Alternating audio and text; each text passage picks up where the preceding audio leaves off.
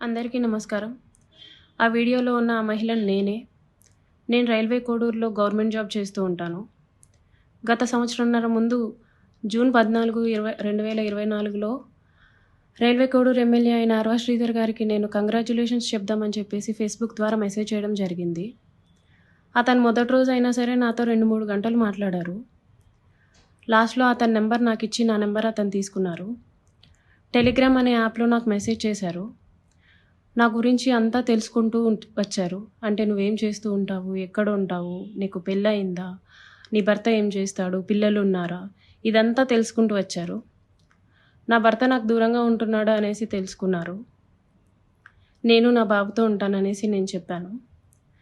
అలా అనుకోవద్దు. నువ్వేం ఒంటరివి కాదు. నీకు నేనున్నాను. ఎటువంటి సిట్యుయేషన్ అయినా సరే నేను నీకుంటాను అని చెప్పేసి నెక్స్ట్ డే నుంచే నాకు అటువంటి ప్రామిసులు చేయడం జరిగింది. అటువంటి భరోసాలు ఇవ్వటం జరిగింది ఆయన నుంచి.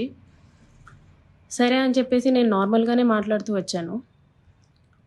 ఒక 2 రోజుల తర్వాత ఆయన నా న్యూడ్స్ అడగడం స్టార్ట్ చేశారు.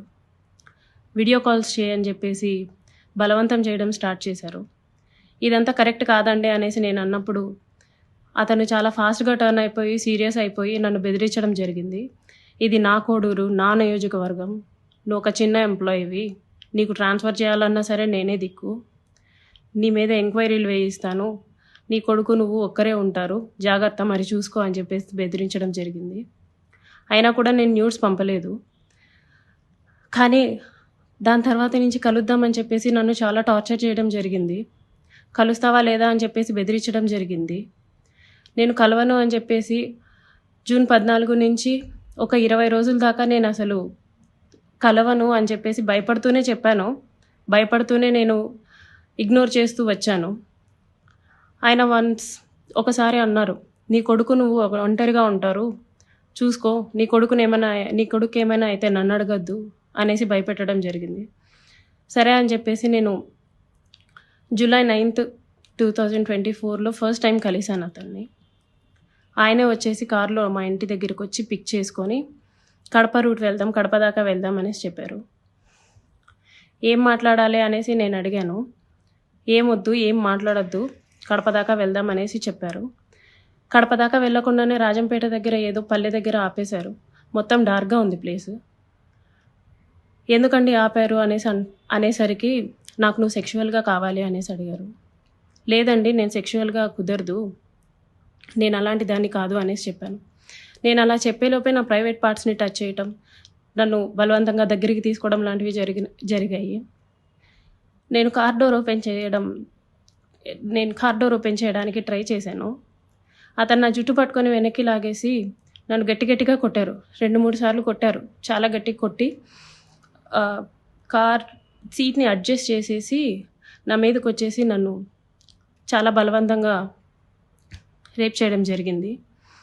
నేను అరవడానికి ట్రై చేస్తుంటే నన్ను చాలా గట్టిగానే కొడుతూ వచ్చారు. అలా నా మీద ఫస్ట్ అటెంప్ట్ జరిగింది. నన్ను ఇంటి దగ్గర డ్రాప్ చేసి నేను దిగుతున్న టైంలో, "నువ్వు ఈ విషయం ఎవ్వరికైనా చెప్పినా సరే నువ్వు కొలాప్స్ అయిపోతావు. నీ ఫ్యామిలీ కొలాప్స్ అయిపోతుంది. స్పాయిల్ చేసేస్తాను" అని చెప్పేసి నాకు చెప్పడం జరిగింది. నేను ఆ భయంతో వెళ్ళిపోయాను. ఇంటికి వెళ్ళిపోయాను. నేను మా బాబే ఉంటాము. నెక్స్ట్ డే కూడా ఆయన కలుద్దాం, మాట్లాడాలి అని చెప్పేసి బెదిరిస్తూ వచ్చారు. అలా నాకు ఆగస్ట్ ఎండింగ్‌లో నా ఫస్ట్ ప్రెగ్నెన్సీ అతని వల్ల వచ్చింది. ఈ విషయం నేను అతనికి చెప్పాను. చెప్తే అబార్షన్ చేయించుకో వెంటనే అనేసి అన్నారు. నేను అబార్షన్ చేయించుకోవట్లేదు. నీ వల్ల నాకింత జరిగింది. నేను అబార్షన్ చేయించుకోవట్లేదు అంటే అప్పటికి నన్ను బెదిరించారు. "నువ్వు అబార్షన్ చేయించుకుంటే నువ్వు బ్రతుకుతావు. నీ ఫ్యామిలీ బావుంటది. నీ ఉద్యోగం బావుంటది. లేకపోతే నా గురించి నీకు తెలుసు" అని చెప్పేసి చెప్పడం జరిగింది.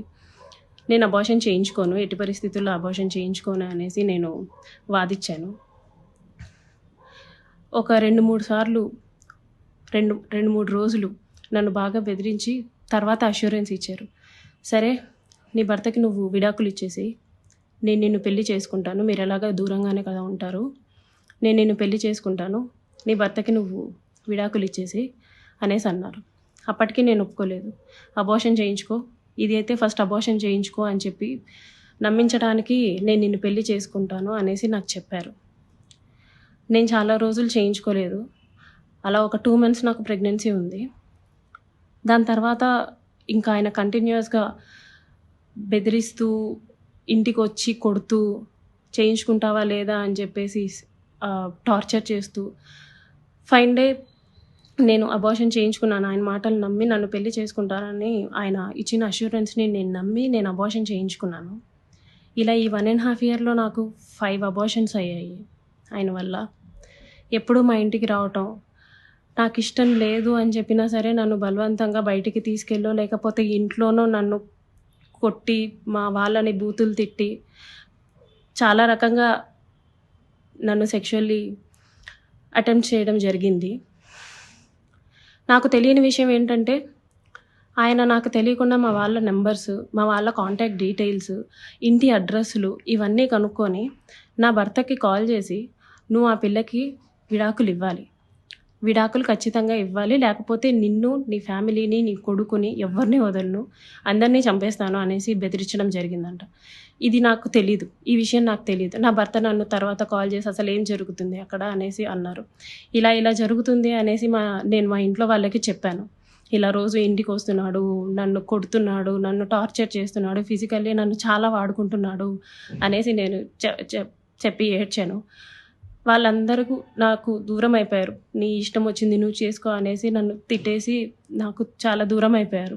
"మేమింక నీతో మాట్లాడం" అని చెప్పి నన్ను వదిలేయడం జరిగింది. ఇదంతా ఆయన ప్లాన్డ్‌గానే చేసినట్టున్నారు. మా వాళ్ళందరినీ నాకు దూరం చేయాలి అన్న ఒక ఉద్దేశంతో చేసినట్టున్నారు. వాళ్ళందరూ నన్ను దూరంగా వదిలేశారు. మా ఆయన మా బాబుని తీసుకెళ్ళిపోయాడు.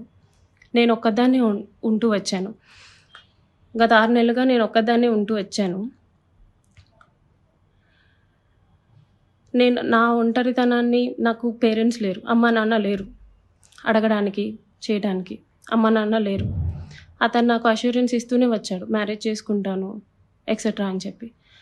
ఇలా వీళ్ళందరూ దూరం అయిపోయి, నా గురించి ఎవ్వరు అడగడానికి కూడా లేరు అని ఆయనకి ఒక క్లారిటీ వచ్చిన తర్వాత, ఈ 1.5 ఇయర్ నాతో ఉండి, నన్ను ఇష్టం వచ్చినట్టు సెక్షువల్లీ వాడుకొని, లిటరల్లీ నన్ను కొట్టి బలవంతంగా చాలా అంటే చాలా సార్లు చేసి, January 7, 2026 ఒక 20 డేస్ ముందు,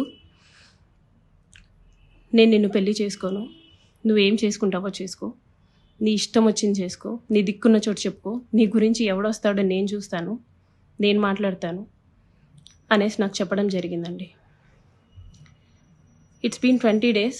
అతను నన్ను వదిలేసి, ఈ 1.5 సంవత్సరం నేను నరకం చూశాను అతని వల్ల.